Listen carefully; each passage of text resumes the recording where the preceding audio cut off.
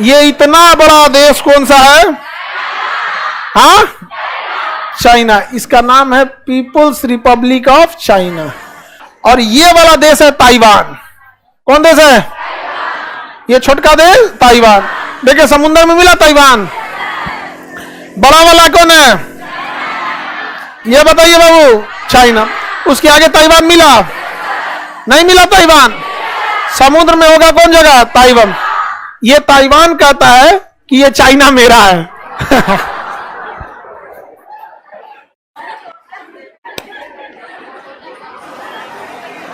नहीं समझा? हिम्मत ऐसा होना चाहिए। चाइना कहता है इधर छोटा कहीं का तू मेरा है।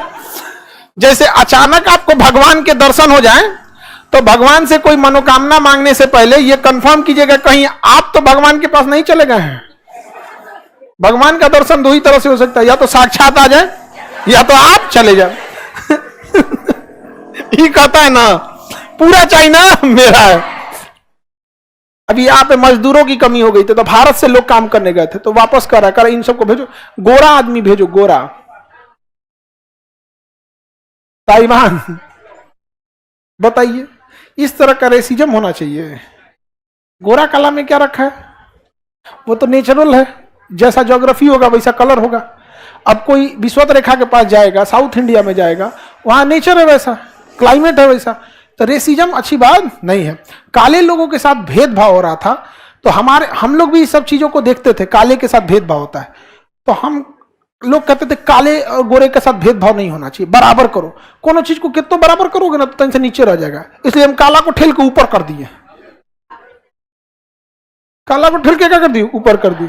अब बताओ काला लड़का कोई दिक्कत होता है?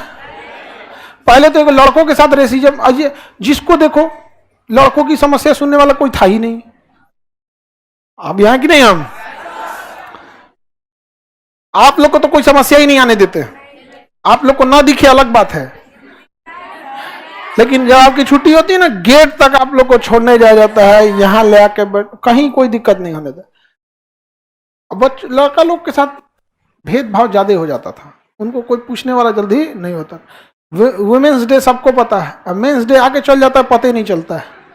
अच्छा, उसको लड़कों को उम्मीद, हम लोग को ना मतलब पुरुष जितना है सब यहाँ पे, उनको ये दुनिया से उम्मीद भी नहीं रहती है कि कोई उनके लिए बहुत सपोर्ट करे, उनकी तारीफ करे, उनके मुसीबत बीमार पड़ जाए तो कोई आके पूछे रे जो है, वो टेंशन में रहेगा, अपने सॉल्व कर लेगा। वो आपकी उम्मीदें रहती हैं कि आपको बुखार होगा, कोई सुगरा के बोलेगा बबुआ बुखार होगी, लो बुखार में हम लोग को एक ही उम्मीद रहता है कि भाई अकेले छोड़ दो।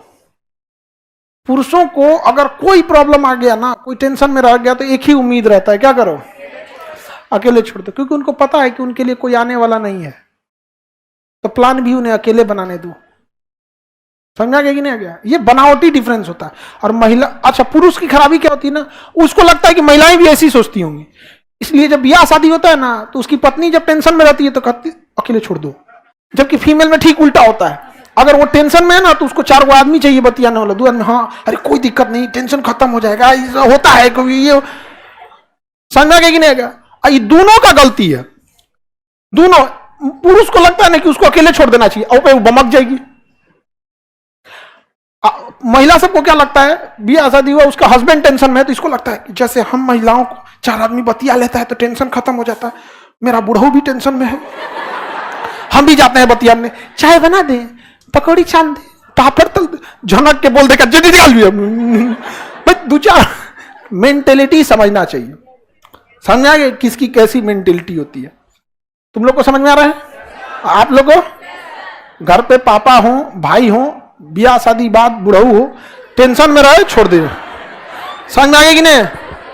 टेंशन में रहे तो छोड़, 5 मिनट बाद अपने से शांत हो जाएगा। इन आगे मुंह फुला के बैठ जाए, टेंशन में रहे, टेंशन में लग रहे हैं, बस 1-2 बार बोल के छोड़ देना है। और तुम लोग मम्मी है, बहन, या आगे जाने के बाद आपकी संकट,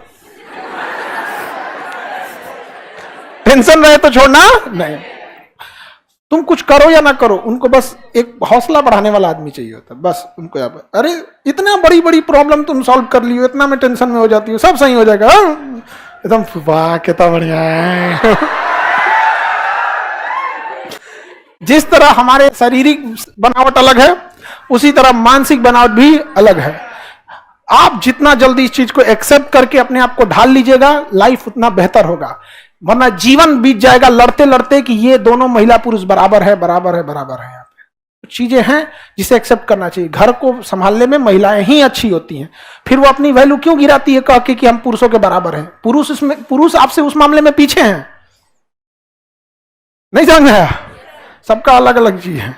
तो ये ताइवान क्या कहता है? चाइना मेरा। यही कहता है कि क्या बोला रे तू माम रहा है। हुआ क्या समझिए ध्यान से। ये पूरा का पूरा जो चाइना था ना, इसमें दो पार्टियों में लड़ाई थी कि पूरे चाइना पे कंट्रोल कौन करेगा। तो यहां एक पार्टी थी कम्युनिस्ट पार्टी। कौन थी? Communist party. और एक पार्टी थी कुओमिंटांग पार्टी। कौन थी? Kuomintang party. कम्युनिस्ट पार्टी को लीड कर रहे थे माओ। कौन लीड कर रहे थे? और कुओमिंटांग पार्टी को लीड करते चियांग काई शेक। कौन लीड कर रहे थे? चियांग। नमो तो उटपटांग है।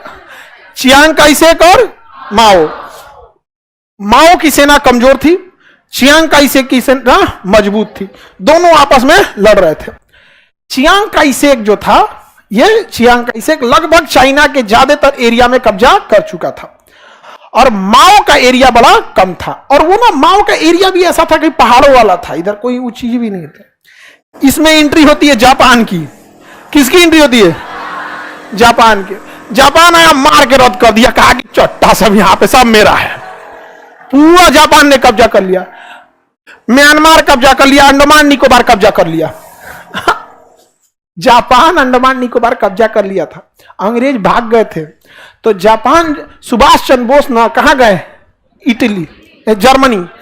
और जर्मनी में बोले हिटलर से कि हमारा जापान से कहिए ना कि हमको अंडमान निकोबार में सेना दे, हम मारेंगे अंग्रेजों को। तो अंडमान निकोबार का शहीद एवं स्वराज द्वीप गिफ्ट दिया था जापानियों ने। किसे? सुभाष चंद्र बोस। गिफ्ट दिया, कहा कि ले लीजिए, अब मारिए अंग्रेजों को। इतना आ गए थे जापान वाले। और जापानियों का बिहेवियर इतना खराब था कि चाइना में अगर कोई चाइनीज बोल दिया तो मार डालते थे सब। तब कुओमिंटांग पार्टी और कम्युनिस्ट पार्टी कहे से कि हम आपस में लड़ेंगे ना तो बर्बाद हो जाएंगे, हमें आपस की लड़ाई छोड़नी होगी और हमें सामूहिक रूप से लड़ना होगा। किससे? जापान से। तो ये जापान से लड़ने चले गए। जापान को हराना इनके बस की बात नहीं थी। तब तक दिन खराब था किसका? जापान का। जापान के ऊपर क्या गिर गया? परमाणु बम। जापान पे हमला हो गया। जापान सरेंडर कर गया। जापान क्या कर गया? सरेंडर कर गया। और जापान की सेना यहां से क्या हो गई? रिट्रीट हो गई। रिट्रीट मतलब समझते हैं? पीछे जाने लगी। जापान की सेना यहां से क्या होने लगी? हटने लगी यहां पर। और इसमें धीरे धीरे जापान कमजोर हो गया, जापान की सेना हटने लगी। जापान की सेना हट गई। अब वापस ही सब आए से। इसमें जो माओ था ना, माओ वो बहुत खचरा था। माओ ने कहा कि यही मौका अच्छा है, धड़ाम से कब्जा कर लो। माओ ने पूरा मारा कि पूरा जापान पे क्या कर लिया? कब्जा कर लिया। चाइना पे माओ ने पूरा चाइना पे कब्जा कर लिया। तो बचे कौन? Chiang Kai Shek. Chiang Kai, जब ये दोनों संयुक्त थे, गठबंधन था, तो चियांग काई शेक के पास वित्त मंत्रालय था, पैसा वैसा वाला। उसने क्या किया? पूरा पैसा वैसा लेके इस द्वीप पे सेट हो गया। इस द्वीप पे क्या हो गया? सेट हो गया। यानी बड़े एरिया पे कब्जा हो गया माओ का और छोटे एरिया पे कब्जा हो गया चियांग काई शेक।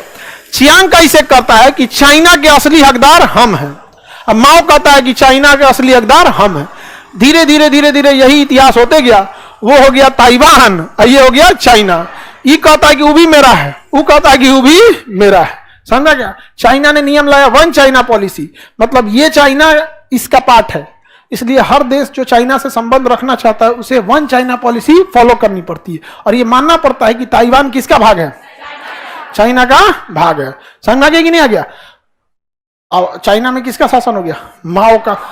माओ की विचारधारा ही थी कब्जा कर लो। आज भी चाइना किसके विचारधारा पे चलता है? माओ के। किसके? माओ के, जो हर जगह कब्जा करता। माओ से तुम समझ में आ गई नहीं? माओ की विचारधारा पे चलता। अफगानिस्तान